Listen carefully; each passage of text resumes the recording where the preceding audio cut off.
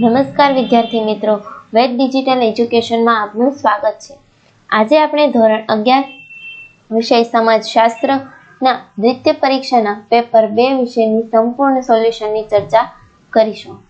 જો ચેનલમાં નવા હોય તો ચેનલને સબસ્ક્રાઇબ કરજો, જેથી આવી તમામ માહિતી અહીંથી મળતી રહે। વિભાગ A, નીચે આપેલા વિકલ્પોમાંથી સાચો વિકલ્પ પસંદ કરીને લખો। પહેલો, સમાજશાસ્ત્રના સ્થાપકનું નામ જણાવો। તો જવાબ આવશે બી, ઓગસ્ટ કાંત। બીજો, નોકરશાહી ખ્યાલ કોણે આપ્યો? તો તેમાં જવાબ આવશે સી, મેક્સ વેબર। ત્રીજો, જ્ઞાતિ હિન્દુ સમાજની કઈ વ્યવસ્થામાંથી ઉતરી આવી છે? તો તેમાં જવાબ આવશે સી, વર્ણ। ચોથું, પ્રત્યાયનના મધ્યમ તરીકે કોને ઓળખવામાં આવે છે? તો જવાબ આવશે એ, ટેલિવિઝનને। વિડીયોને આગળ વધારતા પહેલા આપણી એપ્લિકેશનની માહિતી લઈ લઈએ। પ્લે સ્ટોરમાં જઈને વેદ ડિજિટલ એજ્યુકેશન નામની એપ્લિકેશન તમે અહીંથી ડાઉનલોડ કરી શકો છો। ત્યારબાદ આ પેજ ખોલતા તેમાં તમારો મોબાઈલ નંબર ડાયલ કરીને સેન્ડ ઓટીપી આપવાથી આ પેજ ખુલશે। તેમાં પેઇડ કોર્સમાં તમને ધોરણ 11ના દ્વિતીય પરીક્ષાના દરેક પેપરનું સંપૂર્ણ સોલ્યુશન તમને અહીંથી મળી જશે। ત્યારબાદ એક્ઝામ પેપરમાં તમને દ્વિતીય પરીક્ષાના અલગ અલગ શાળાના પેપરો અહીંથી મળી જશે અને એકમ કસોટીના પેપરો પણ તમને અહીંથી મળી જશે। ત્યારબાદ આ પેજ ખોલતા દરેક ધોરણો જોવા મળશે। તમે તમારા ધોરણ પર ક્લિક કરવાથી તમારા વિષયો જોવા મળશે। કોઈ પણ વિષય પર ક્લિક કરવાથી તેમના પાઠ જોવા મળશે।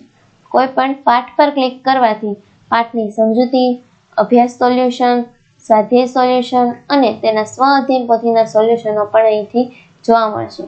વિડીયોને આગળ વધારતા પાંચમું, વિભક્ત કુટુંબમાં કુટુંબના નિર્ણયો કેવી રીતે લેવાય છે?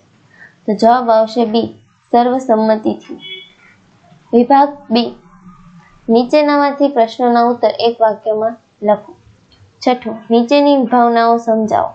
સમૂહ, જવાબ આવશે સમાન પ્રકારના હોવાની સમાનતા અને સામૂહિક ધ્યેય કે ઉદ્દેશની પૂર્તિ માટે એકબીજા સાથે આંતરક્રિયામાં અવારનવાર વ્યક્તિઓને સમૂહ કહે છે। સામાજિક નિયંત્રણની પદ્ધતિઓ જણાવો। જવાબ આવશે સામાજિક નિયંત્રણની બે પદ્ધતિઓ છે, ઔપચારિક નિયંત્રણ પદ્ધતિ અને બીજી અનૌપચારિક નિયંત્રણ પદ્ધતિ। આઠમું, સામાજિક દરજ્જાના કેટલા પ્રકાર છે? કયા કયા? સામાજિક દરજ્જાના બે પ્રકાર છે, અર્પિત દરજ્જો અને બીજું પ્રાપ્ત દરજ્જો। નવમું, શરત એટલે શું? જવાબ આવશે જે અવરોધોનું ઉલ્લંઘન કરી શકાય તેમ ન હોય તેને શરત કહે છે। શરતો એટલે એવી બાબતો જેને પાર કર્યા વિના ધ્યેય પ્રાપ્ત થઈ શકે નહીં। 10મું, ઊભી ગતિશીલતા એટલે શું? જવાબ આવશે જ્યારે વ્યક્તિ કે જૂથના સ્થાન ફેરની સાથે તેનું સ્તર પણ બદલાય તેવી ગતિશીલતાને ઊભી ગતિશીલતા કહેવામાં આવે છે। ઊભી ગતિશીલતામાં વ્યક્તિ કે જૂથના સ્થાન બદલવાની સાથે પ્રતિષ્ઠા, આવક અને સત્તામાં નોંધપાત્ર બદલાવ આવે છે। વિભાગ સી, નીચે આપેલા પ્રશ્નોના સંક્ષિપ્ત જવાબ આપો। પહેલું છે 11મું, સમાજશાસ્ત્રની વિવિધ શાખાઓ જણાવો। વિડીયોને પોઝ કરીને તમે વાંચી શકો છો।